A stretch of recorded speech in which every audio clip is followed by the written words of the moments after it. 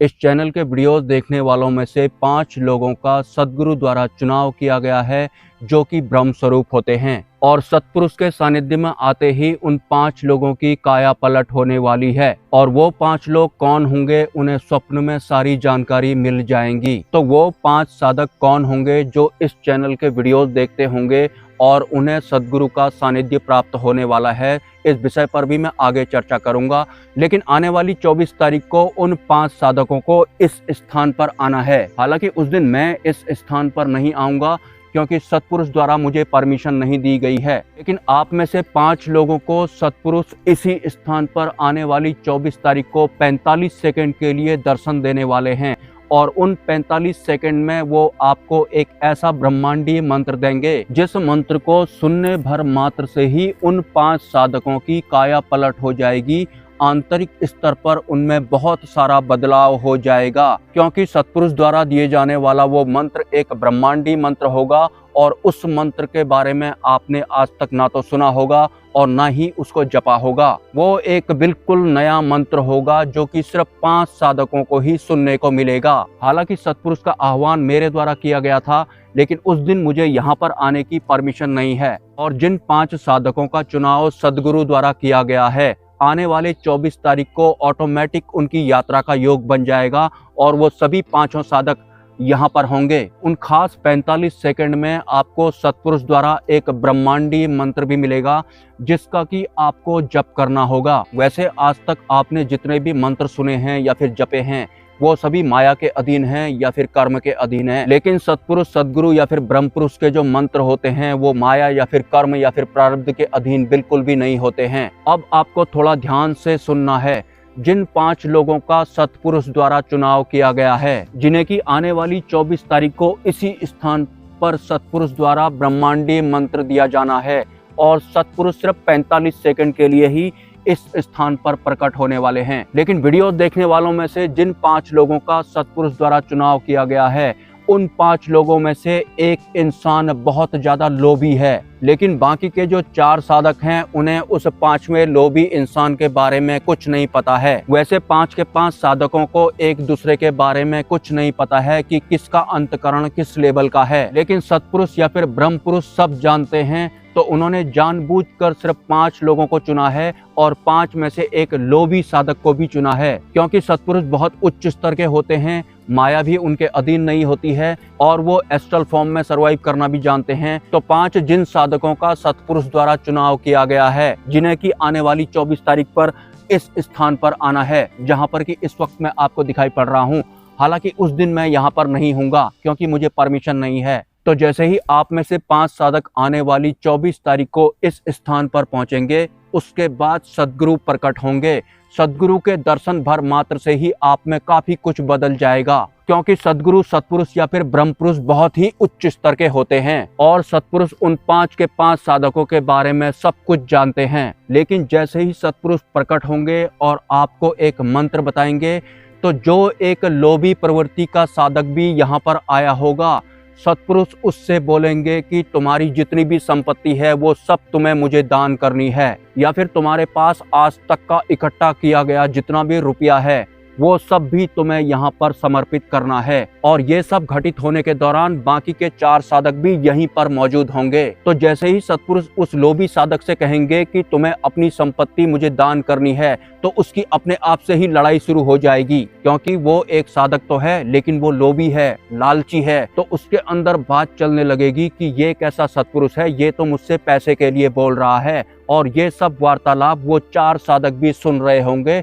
देख रहे होंगे इसी स्थान पर। तो वो लोभी साधक अपनी सारी संपत्ति सत्पुरुष को दान करता है या नहीं करता है, वो तो बात की बात है। उसे सद्गुरु का सानिध्य प्राप्त होता है या फिर नहीं होता है, ये तो बात की बात है। लेकिन जो 4 साधक ये वार्तालाप देख रहे थे, सुन रहे थे, उनके भीतर भी ये बात जाती है कि ये कैसा सद्गुरु है, ये कैसा सत्पुरुष है, ये तो पैसे के लिए बोल रहा है। हालांकि ये लाइन किसी के भी मुंह से नहीं निकलेगी, लेकिन उनके अंतर्मन में इस तरह के विचार चलेंगे कि ये कैसा सत्पुरुष है, ये तो पैसे के लिए बोल रहा है। साथ साथ में जो ब्रह्मांडी मंत्र उन्हीं सद्गुरु द्वारा आपको दिया गया होगा, वो भी आप जप कर रहे होंगे, लेकिन आपके भीतर ये भी चलेगा कि ये एक ऐसा सत्पुरुष है, ये तो पैसे के लिए बोल रहा है, हो सकता है कल के दिन ये हमसे भी कुछ मांग ले। तो बाकी के 4 साधकों के मन में भी सदगुरु के प्रति शक पनप जाएगा। वो मंत्र जप भी कर रहे होंगे, लेकिन बार बार उनके भीतर ये बात भी घर बना चुकी होगी कि ये एक ऐसा सत्पुरुष है, ये तो पैसे के लिए बोल रहा था। तो उन 4 साधकों के अंतकण में हमेशा उथल पुथल ही रहने वाली है।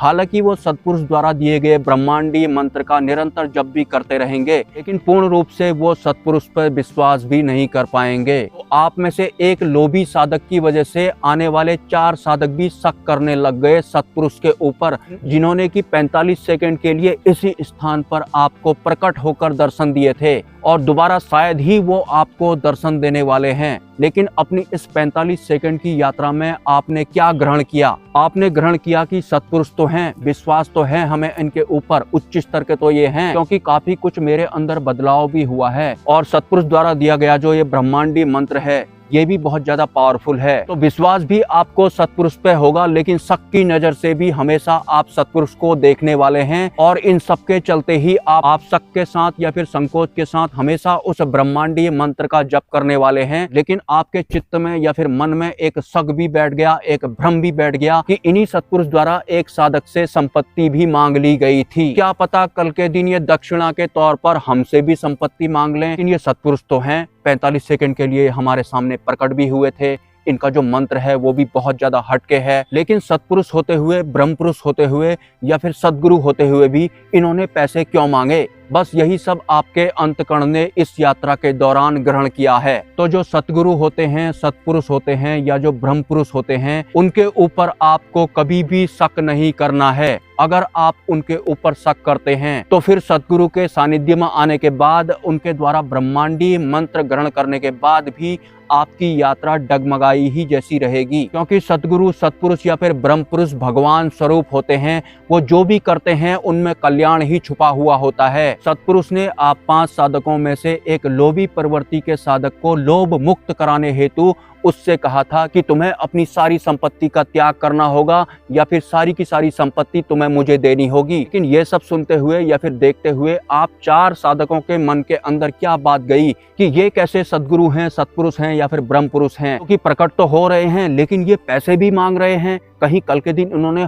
हमसे भी मांग लिया तो? क्योंकि आपका अंतकण उच्च स्तर की व्यवस्था ग्रहण करने के लेवल का नहीं था, या फिर आप में से 4 साधकों को ये समझ में नहीं आता है कि एक साधक जो कि लोभी प्रवृत्ति का था, उससे लोभ मुक्त कराने हेतु ही सत्पुरुष द्वारा उसे सारी संपत्ति दान करने को बोला गया था। आपके अंतकण में ये सब देखकर विपरीत बात पनप गई कि ये कैसे सत्पुरुष हैं जो संपत्ति दान करने को बोल रहे हैं। तो आप में से जो भी इस चैनल से जुड़े हैं, इस चैनल के वीडियोस देखते हैं और वो एक साधक भी हैं, अगर आप सतमार्ग पर चल रहे हैं, मोक्ष मुक्ति मार्ग पर चल रहे हैं, तो आपको एक बात गांठ बांध लेनी है कि सत्पुरुष, सदगुरु या फिर ब्रह्म पुरुष के ऊपर आपको कभी भी शक नहीं करना है। वो जो भी करते हैं कल्याण के लिए ही करते हैं, क्योंकि वास्तव में जो सत्पुरुष होते हैं, सदगुरु होते हैं या जो ब्रह्म पुरुष होते हैं, वो भगवान स्वरूप होते हैं, ईश्वर स्वरूप होते हैं। वास्तव में माया कर्म प्रारब्ध सत्पुरुषों के नौकर होते हैं, लेकिन एक जो सांसारिक इंसान होता है,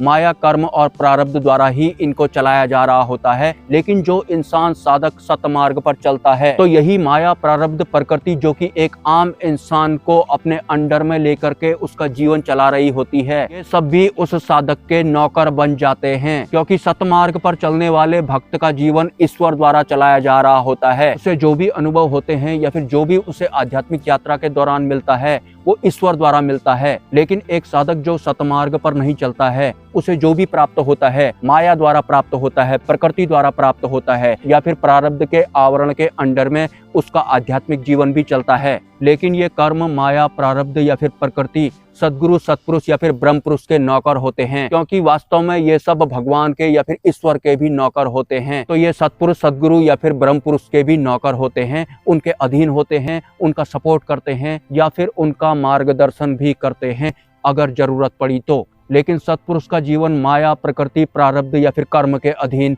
बिल्कुल भी नहीं होता है। तो उनके शिष्यों का जो जीवन होता है, आध्यात्मिक जीवन की बात मैं कर रहा हूँ, वो भी माया, प्रारब्ध, प्रकृति या फिर कर्म के अधीन नहीं होता है। उन्हें जो भी प्राप्त होता है ईश्वरीय आवरण में प्राप्त होता है, माया के आवरण में बिल्कुल भी प्राप्त नहीं होता है। एनीवेज, ये एक लिमिटलेस टॉक थी, लेकिन मुझे भी काफ़ी कुछ देखना पड़ता है। मिलते हैं नेक्स्ट वीडियो में। नमस्कार।